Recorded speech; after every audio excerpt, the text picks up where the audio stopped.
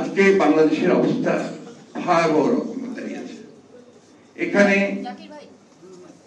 আইনের কোনো শাসন নেই, গণতন্ত্র নেই, এখানে মানুষের কোনো ন্যায় বিচার পাওয়ার কোনো অধিকার নেই, এমনকি কথা বলার পর্যন্ত অধিকার নেই।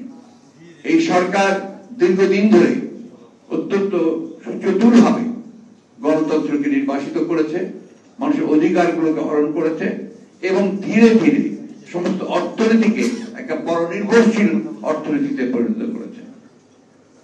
আজকে আওয়ামী লীগের সরকার, শেখ হাসিনার সরকার গত একদিনে যে ঘটনাটি ঘটিয়েছে, এটা বাংলাদেশের রাজনীতির ইতিহাসে একটা জঘন্যতম ঘটনা। আমরা আগে কখনো দেখিনি যে হাসপাতালের মধ্যে গিয়ে আপনার এই সরকারি দলের সন্ত্রাসীরা তারা গিয়ে আপনার ছাত্রদেরকে আক্রমণ করবে, এটা আমরা কখনো চিন্তা করতে পারিনি। এমনকি পাকিস্তান আমলে, যার কথা তিনি বলেছেন যে পাকিস্তান আমলের হানাদার বাহিনীর কথা নাকি ছেলেরা ভুলে গেছে, আপনি তো সেটাকে ভুলে যেতে সাহায্য করছেন না, আপনি আরো সেটাকে নতুন করে মনে করে দিয়েছেন।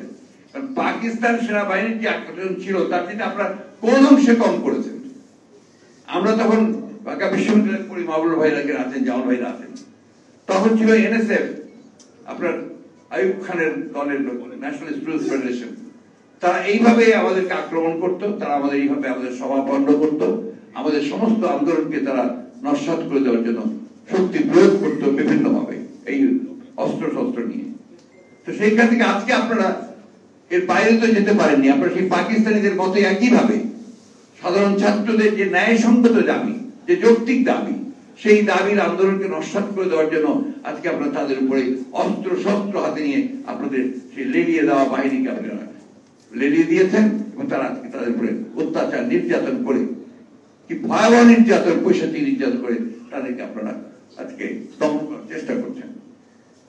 আজকে এই গতকালের যে ঘটনা, সেই ঘটনা থেকে বাংলাদেশের মানুষের কাছে তারা যে আহ্বান জানিয়েছেন আমাদের ছাত্ররা, এই আহ্বান আমি মনে করি যে অত্যন্ত সময়োচিত একটি আহ্বান, যৌক্তিক একটা আহ্বান।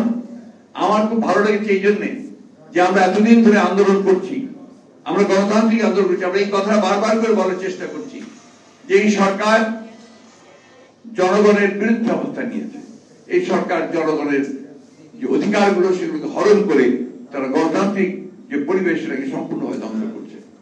কিন্তু আজকে এতদিন ধরে আমরা দেখেছি যে সেখানে সাধারণ ছাত্রদের সেরকম করুন আপনার তাদের পার্টিসিপেশন যেটা, সেটা আমরা দেখতে পাইনি।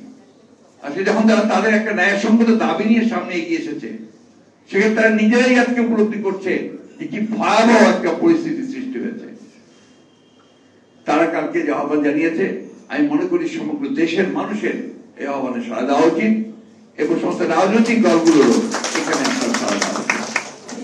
আর কারণ কালকে যে বিষয়টা ছিল, এটা শুধুমাত্র কোটা আন্দোলনের বিষয়ে পরিণত ছিল না, কালকে এই বিষয়টা ছিল সম্পূর্ণভাবে যে আমার সন্তানদের উপরে অন্যায় ভাবে, অযৌক্তিক ভাবে তাদের উপরে আক্রমণ করা হয়েছে, সেই আক্রমণটা ভয়াবহ আক্রমণ, এবং তাতে করে আমাদের সন্তানেরা আজকে অত্যন্ত আহত হয়েছে, নির্যাতিত হয়েছে। গোটা বিশ্ববিদ্যালয় ব্যবস্থা, আজকে শিক্ষা ব্যবস্থা ভেঙে পড়েছে। এটা শুধু ঢাকাতে নয়, সারা দেশে হয়েছে।